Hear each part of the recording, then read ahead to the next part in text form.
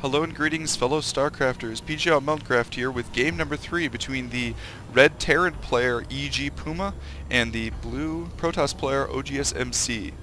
This is from the IEM Grandmaster Finals, and this is game number 3 of a best of 5. I think in the original video, game 1, I did state it was a best of 3. I'll put a little reminder there. But anyway, this is a best of 5, and Puma is in fact up 2-0 right now, doing a very good job actually dealing with MC in general, and actually I would say that he was actually on the back foot for at least a portion of the previous game, whereas MC seemed to have a lot more expansions than him, but in the end those expansions didn't quite matter, as the medevacs and the control at that end battle was just so good on the part of Puma that he was able to just topple MC. So we've seen two kind of different games on the part of Puma dealing with those, he's just shown two different sides of himself, and really what a versatile player he is, able to not really do a cheese, but able to do a timing all-in, a Raven all-in in that first game and be successful with it, not in the first attack, but in the second one, and then in the last game to play a long Macker game and able to control his Marines so well and just deal a lot of damage with those,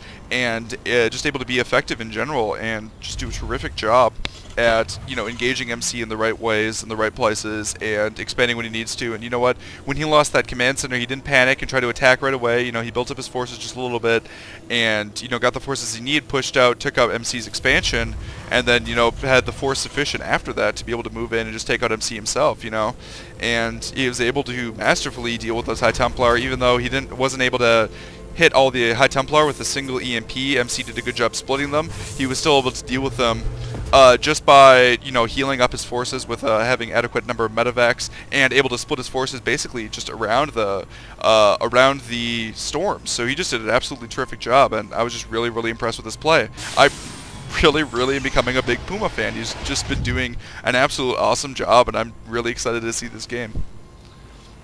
Now, MC, one of the better players in the world, is probably going to want to redeem himself after this game, and looks like the probe will in fact get trapped right there, so MC will not be able to save his probe. That Marine's going to spawn and take it out.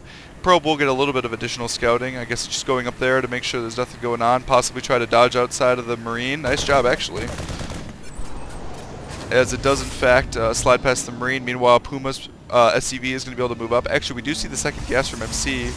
Puma probably didn't intend to actually take those minerals, but sometimes you do.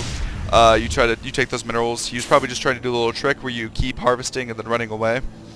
Zealot is coming out for the MC. He's not skipping the Zealot like he did in the previous game, and I wonder if we'll be seeing any sort of early aggression from MC. Actually, looks like the Zealot able to get a couple of swipes in there, but the SCV is going to be able to get away, being considerably faster than the Zealot. And actually, Puma's getting a lot of early Marines. Alright, yeah, I'm not actually exactly certain what type of build Puma's going for at this point in time. I would guess some sort of early aggression is the reason for all of his Marines, and actually it looks like MC is in fact going for the Void Ray all-in. Most likely. He could also be just going Phoenixes. I've seen him do Phoenixes a lot.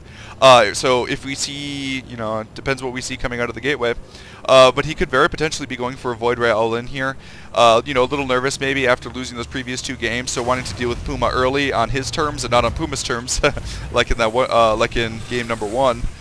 But trying to deal as much damage as possible. Puma will be prepared for a Void Ray all-in though, as he will have his starport coming up fairly quickly, and once you get the Viking plus a good number of Marines underneath the Viking, it becomes much easier to deal with Void Rays, as the additional range on the Viking is extremely useful for dealing with Void Rays, and they can also kite Void Rays quite well, because part of the strength of Void Rays is that you kind of sit them on the edge, you can charge up on these supply depots and then have stalkers underneath them and actually prevent the Marines from being able to move out and take damage against the Void Ray itself. But naturally, after all that discussion, MC is not doing a Void Ray all-in, he's just getting Phoenixes, which we've seen before with mixed success against Terrans. I think it's actually against Puma that we saw a lot of Phoenixes, where sometimes the Phoenixes were extremely useful, able to pick off the medevacs.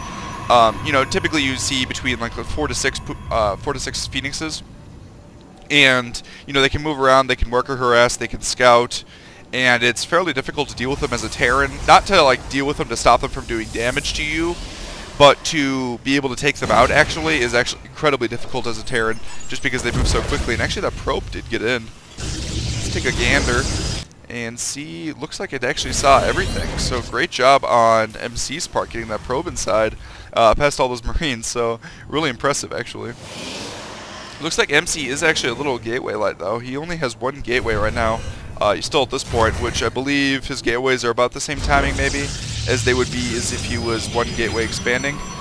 MC also intelligently keeping his Phoenixes hidden until he gets about 4, typically, is when you would see them move out.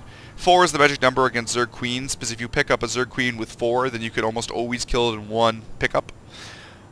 It's also just a good number to have, as you can take out Marines fairly quickly, although that's a lot of Marines for Puma, so I don't think MC are probably going to want to engage those, though. But that Raven's going to want to be very careful, as it is a light unit, and the Phoenixes, without picking anything up, do, in fact, auto-target anything in the air, obviously. So the Raven is going to go down, in fact, as if to prove my point. He does lose that Raven right away, so already the Phoenixes have done a lot of damage. That one last Phoenix is hurt, though, and able to be taken out. Nice job from Puma's part. MC probably wanted to be a little bit more careful and individually control that Raven, or on that Phoenix to be on the inside. I don't think he lost. He lost just a little bit of health on that Phoenix, not the biggest deal in the world. Actually, did I see 113? Oh, because it had to go through shields.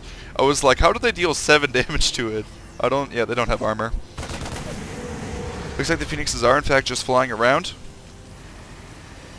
And looks like, oh, nice ambush from Puma. Now, I was saying that Puma, you know, that it's hard to deal with Ravens, but it's not difficult to do, or not Ravens, with Phoenixes. That's difficult to deal with Phoenixes, but it's not actually able to do that if you're able to ambush them by splitting your Marines like that and masterfully come up from one side.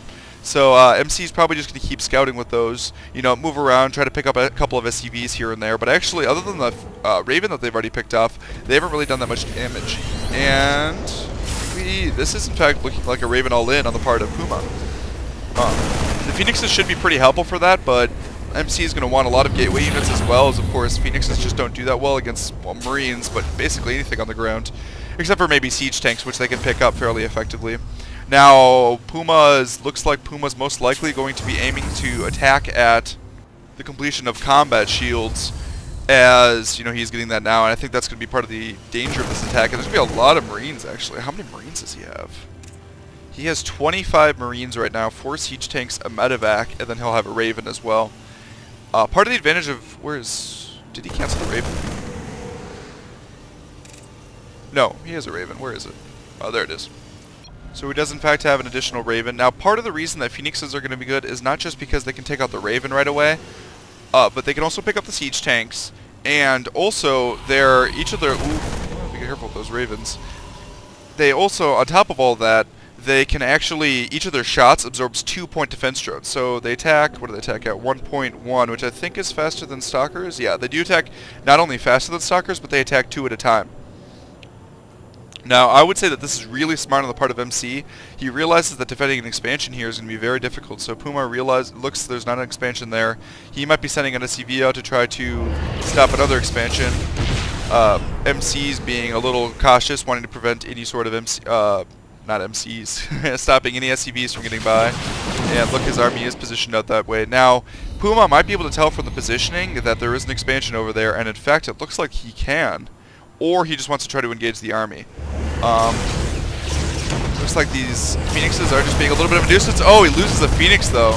But I think I did not quite finish my point, which is that Phoenixes attack faster, but they attack 2 at a time for point defense drones, for absorbing energy from point defense drones.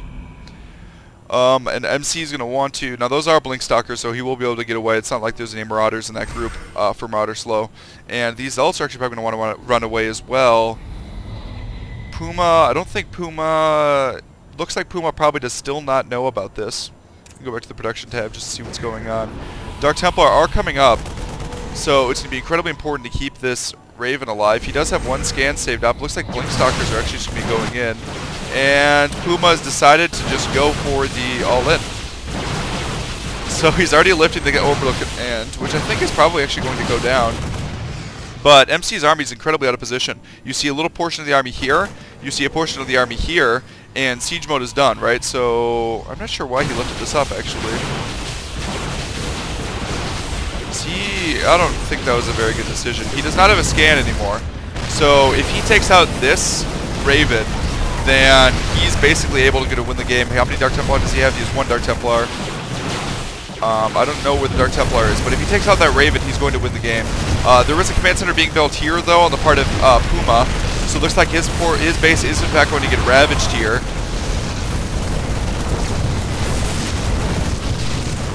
And looks like these forces are, in fact, being taken out here, and the Nexus is going to go out as well. And then Puma's probably going to be able to spot the Dark Shrine here. Now, MC does have an additional base down here. He is warping in a couple more gateways. He's probably going to try to get out as many Dark Templar as he can before this, before the Dark Shrine is taken out. And the Raven now does have 200 energy, which means that it actually does, in fact, have enough. It has enough energy to do point defense drone twice, which means it can be fairly safe for Phoenixes. So he should be able to deal with that. Now, he knows that MC is either hiding a Nexus there, and he'll know for sure in a second that MC is hiding a Nexus somewhere. And actually, these Phoenixes will probably be able to pick up